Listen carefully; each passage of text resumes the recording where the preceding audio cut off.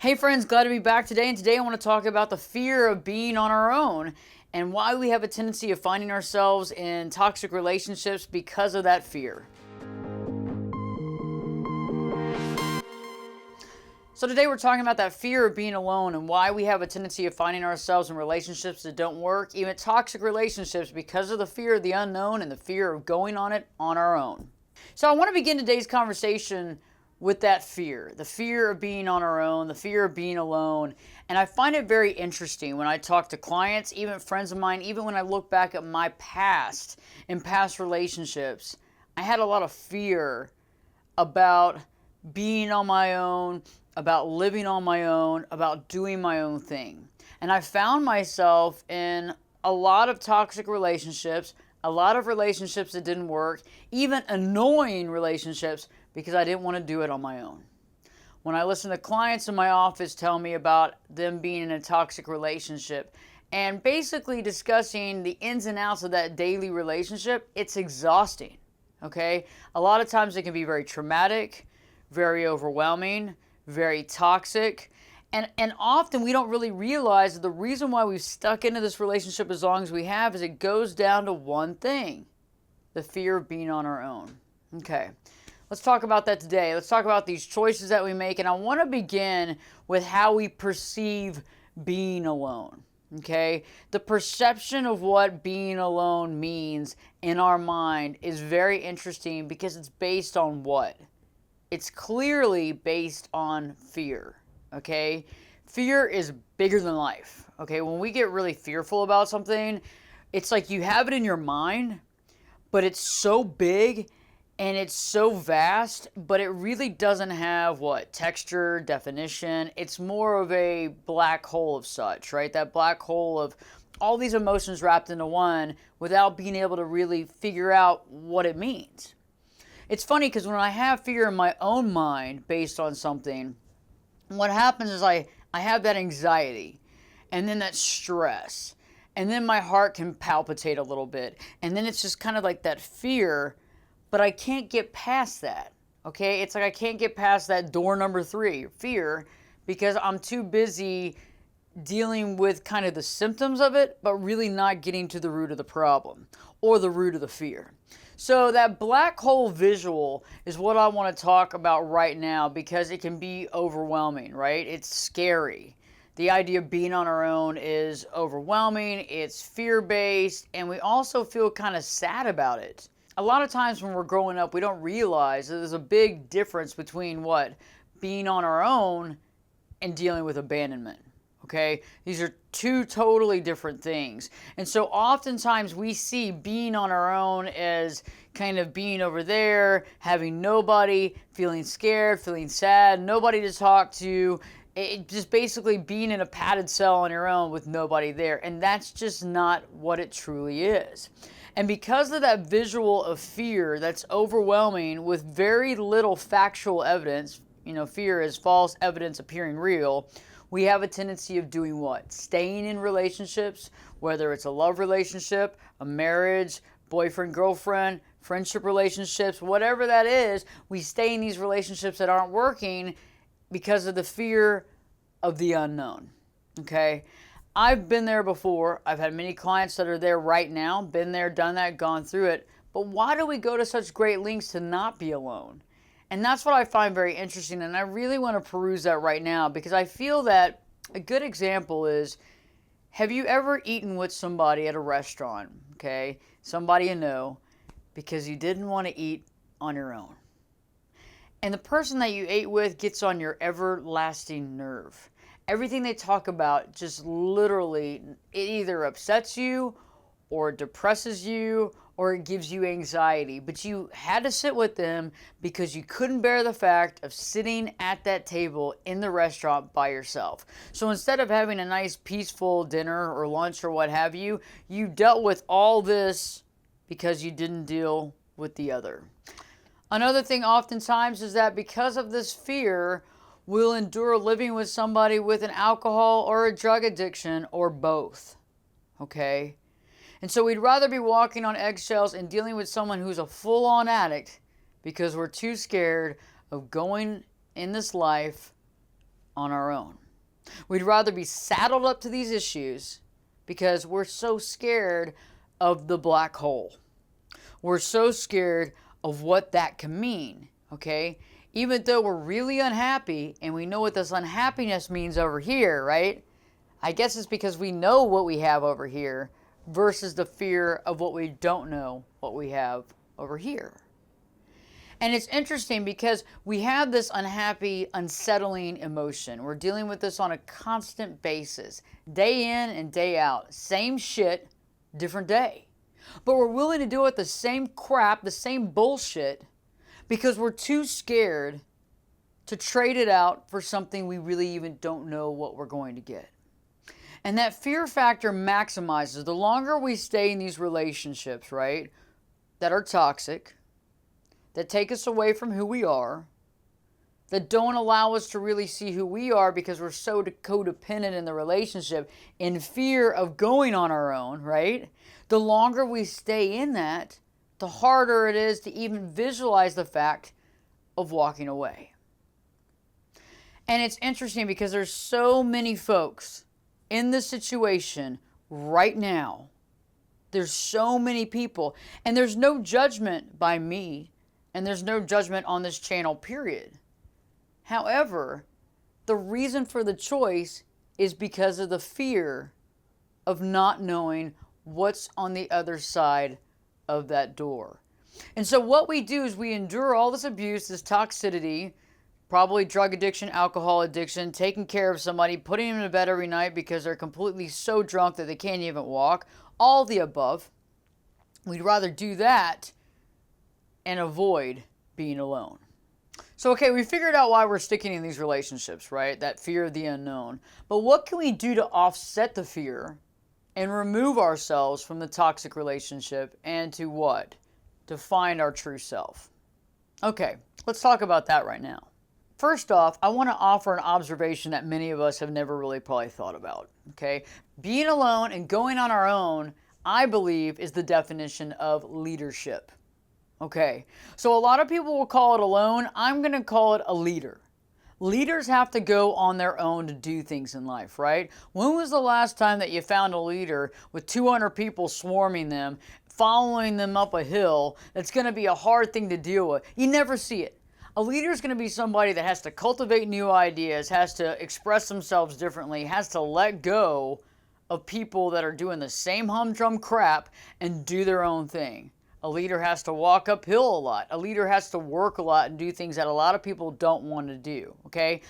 Leadership is not only in business and politics, leadership is in everything that we do in life. If you are a true leader, you sometimes have to go it on your own.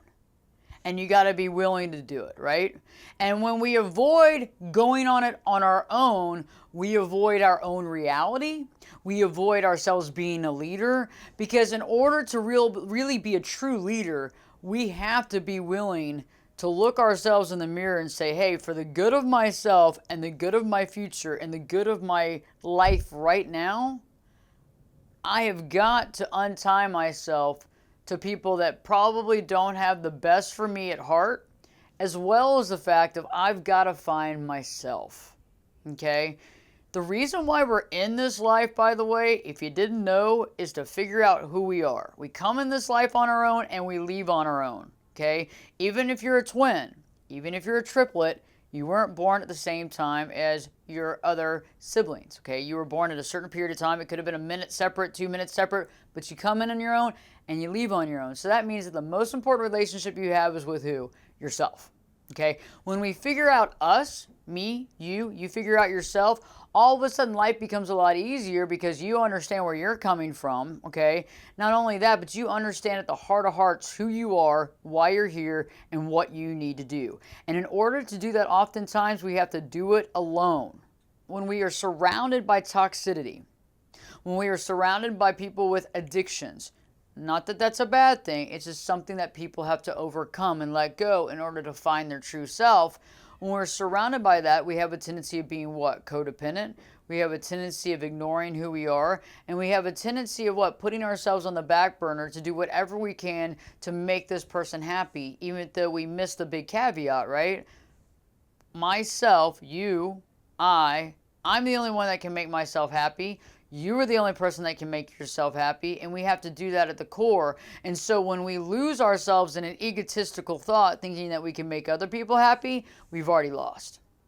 Okay, so being that leader, when we don't lead ourselves and we don't go on our own, we avoid learning about ourselves. We avoid being truthful about ourselves and honest, because the thing about honesty is this: when we're honest in our life, we want to be honest. We want to love and respect ourselves. When we allow ourselves in toxic relationships, we are not showing ourselves love, nor are we showing respect. Another thing too is that we feel like we should stay in the relationship, right? The toxic relationship, because we end up like telling ourselves that we need to do this for them. But in reality, what we're doing is we're actually stopping somebody from hitting rock bottom too. Okay? Because when we're in a toxic relationship that's not working, it's not working for both people. Okay, we can lie to ourselves and say that we're helping them, but in reality, we're not helping anybody. If we're not helping ourselves and doing right by ourselves, and we're definitely not doing right by anybody else, because when we don't do right by ourselves, we're lying to ourselves, and a lie is going against our true self and going against what's just right and reasonable for us. And what we're really doing is we're avoiding the inevitable. Right? We're avoiding the inevitable because we're avoiding learning about ourselves. Okay, one way or another, you're going to have to learn about yourself, whether it's now, whether it's in a year, 2 years, 5 years, or toward the end of your life. One way or another, you've got to figure out who you are. And putting yourselves in all these different toxic relationships and surrounding yourself with this type of lifestyle, encompassed with codependency, is not doing yourself any good. Now, I know right about this time in this video, you're saying, you know what, Ashley, this is easier said than done. Okay? This is easier said than done. So here's my one caveat, really, that I want to talk about right now, is that there's always going to be excuses.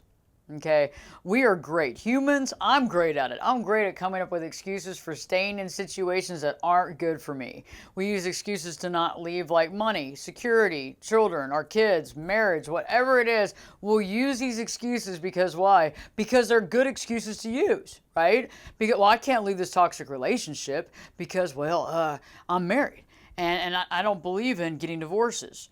But the marriage hasn't worked in 20 years and we don't really love each other and we're living in separate rooms and there's all this toxicity, but I don't believe in divorce. Another excuse is, well, we have kids together, so we need to stay together. Well, I'm sure if the kids kids are really, really smart, by the way. The younger they are, the more connected they are to the source. So they actually catch like the innuendos and stuff, especially if you and your spouse are having issues, they already know it. Okay? So staying together for the kids, another excuse.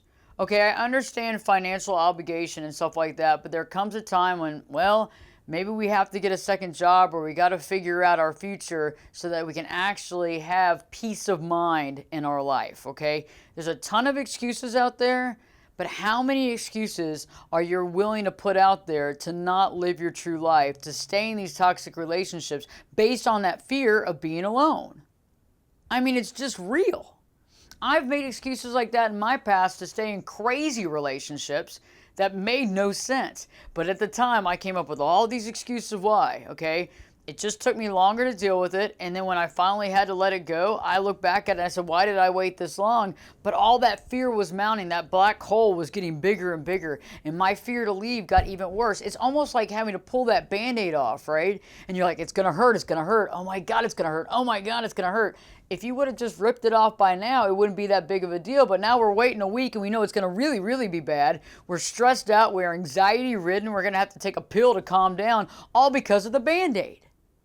Okay, those are where the excuses come from. But I'm going to tell you something else. Regret knows no boundaries. And regret knows and doesn't care about any excuses. Okay, regret doesn't care about excuses. It will plague you your entire life until you actually do what's right for yourself. Regret is a horrible thing. Okay, it really is, because it knows no boundaries. It won't let up on you. It'll just come at you even closer and farther and faster based on what you haven't done for yourself. Okay? So what do you want to deal with? Do you want to deal with that fear of the unknown and embrace it and say, you know what, I don't really know what it is, but I know there's a lot of fear in my head that's trying to get me to stay in the situation I am, so there's a control factor?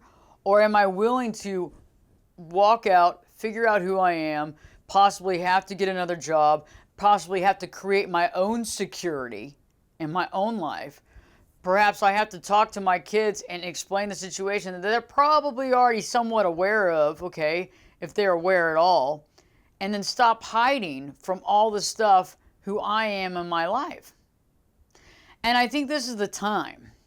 Because what I've realized is that our minds have a tendency of wanting to keep us in this box, okay? We know this reality. We don't know that reality, so we rather stick in this toxic reality than even glimpse this other reality. You can always go back, okay? We can always go backwards, but isn't it time to actually begin to learn about ourselves? Are you ready to take the leap? To be on your own. It's not being alone. It's not the black hole. It's actually about taking the leadership role, finding out who you are, doing that soul searching, right? Figuring out how to love yourself, and then figuring out how to what? Dismantle the baggage, figuring out what you want to keep in your life, what you don't want to keep in your life, and then being able to set the record straight and being able to do what's right in your life. Because I know one thing, we can go from relationship to relationship because we have too much fear of being alone. Or we could actually put the brakes on and say, okay, why am I going from relationship to relationship? Why have I been in these toxic relationships? Why do I tend to bring these people around me that are abusive or neglective or whatever that is? Or why do I have a tendency of always connecting with people that have a drug addiction or an alcohol addiction problem? Why is that? Why don't we figure it out now? Get to the source of why this is happening so that you can enjoy the rest of your life knowing who you are and not just playing at the will of just being in a bad situation because you're too scared to wake up in your bed by yourself. And it's really interesting too, really quick, because I know that some of you might say, well, you know what, I am fearful. But I'm telling you, everybody that I've known that's actually done this and done this right actually learned about themselves, and not only that, they actually enjoy spending time on their own because they never did it before, and they actually started liking themselves, and then guess what? They started respecting themselves because they made the leap. And then guess what? You find other people that have done the same thing, and then there's like a tribe, and then you get to learn from one another, and guess what? You're not alone. Eventually, things always work out when we do what's right for ourselves, when we care about ourselves, and when we actually want to take the time to learn about ourselves. It's up to you. If you haven't already, please subscribe to the channel. I really appreciate it. I appreciate you watching these videos, and I hope that they connect with you on a soul level, because that's what's happening here on this channel. It's about connecting to the higher frequency. It's more than just relationship advice. It's about finding who you are, connecting with that higher self, doing what's right by yourself, which will radiate in a ripple effect. Other people will watch you. Other people will learn from you. You will help and impact other people's lives at such a great way that you might not even be aware of. And on top of that, guess what? You'll learn about yourself and you'll feel good about yourself. The fear factor will be gone. And you'll have a lot of things to teach other people around you. Please add some comments below about how you've dealt with a toxic relationship, exiting stage right, and what happened when you began to spend some time by yourself and get to know who you are, what you learned. And for any of you out there that have actually done this, let me know about how it felt after a few months of being on your own and learning about yourself. Did you get to that point where you really, really loved it? Because everybody that I've ever spoken to that's actually done this, including myself, it was a turning point in their life. It was a turning point in my life. It was an eye-opening experience. It changed my life forever. I can never go backwards. And I love myself. And I enter relationships now at the highest of good, and only when there's unconditional love, consistent, no more toxicity, and no more strings attached. Stay tuned. I have great videos coming up for you next. And in the meantime, I know it. I want you to continue to live your true life.